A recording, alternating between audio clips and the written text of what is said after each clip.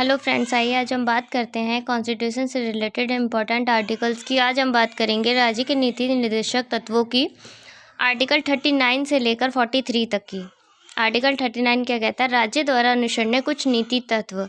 पुरुष स्त्री सभी नागरिकों को समान रूप से पर्याप्त साधन दिए जाएंगे।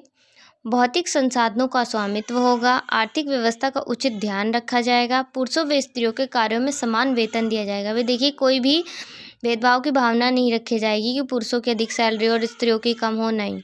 पुरुषों और स्त्रियों के कार्यों में समान वेतन दिया जाएगा। पुरुषों व स्त्री बच्चों के स्वास्थ्य शक्ति का दुरुपयोग नहीं किया जाएगा, उनका ध्यान दिया जाएगा। बालकों को स्वतंत्र व गरिमामय वातावरण में स्वस्थ विकास के अवसर दिए जाएंगे। मतलब उनको ऐसी प्रेरणा दी जाएगी कि वो स्वस्थ व गरिमामय वातावरण में विकास कर सकें। आर्टिकल 39A क्या कहता है? सामान्य न्याय व निःशुल्क विधिक सहायता तथा गरीब व्यक्तियों के लिए निःशुल्क विधिक सहायता, मतलब कि जो कोर्ट में फैसिलिटीज़ होती हैं, केस होते हैं, वो गरीब व्यक्तियों को निःशुल्क दिए जाएंगे। ग्राम पंचायतों का संगठन, आर्टिकल 40 क्या कहता है हमारा? ग्राम पंचायतों के संगठन के लिए कदम उठाए जाएंगे। मतलब जो हमारे गांव में पंचायतें होती हैं, उनका संगठन किया जाएगा और उनके लिए विशेष कदम उठाए जाएंगे। अच्छे अच्छे उनको फैसिलिटी प्रदान की जाएगी, जिससे कि गांव के लोगों का विकास हो सके। ठीक है। स्वायत्त शासन की इकाइयों के रूप में कार्य करने योग्य बनाने के लिए आवश्यक हो। आर्टिकल 41 क्या कहता है आपका? कुछ दशाओं में काम, शिक्षा व लोक सहायता पाने का अधिकार।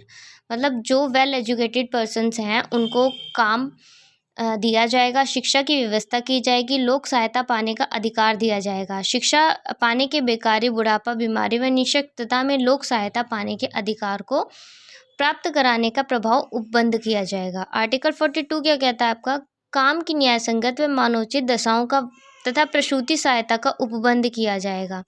मतलब जो काम है उसके लिए, मतलब न्याय संगत व मानवोचित दशाओं की व प्रसूति सहायता, जो लेडीज़ हैं उनको प्रसूति सहायता, प्रेगनेंसी टाइम में जो गरीब व्यक्ति हैं, गरीब महिलाएं हैं, उनको फ्री जो है प्रसूति सहायता दी जाएगी। जैसे कि हमारा मेरठ में प्यारेलाल हॉस्पिटल है, उसमें जो प्रेगनेंसी टाइम पे प्रसूति सहायता लेडीज़ को, जो गरीब होती हैं, गरीबी रेखा से नीचे होते हैं, उनको दी जाती है और उनके बैंक खाते में क्या जो अमाउंट है वो भी एक निश्चित अमाउंट दी जाती है। ठीक है। आर्टिकल 43 क्या कहता है? कर्मकारों के लिए निर्वाह मजदूरी आदि। राज्य उपयुक्त विधान या आर्थिक संगठन द्वारा या किसी अन्य रीति से कृषि के, उद्योग के या अन्य प्रकार के सभी कर्मकारों के काम करने पर निर्वाह व मजदूरी का प्रबंध करेगा। मतलब कि जो कर्मकार है, हमारे लेबर पर्सन है, मजदूर हैं, उनको उनके उचित वेतन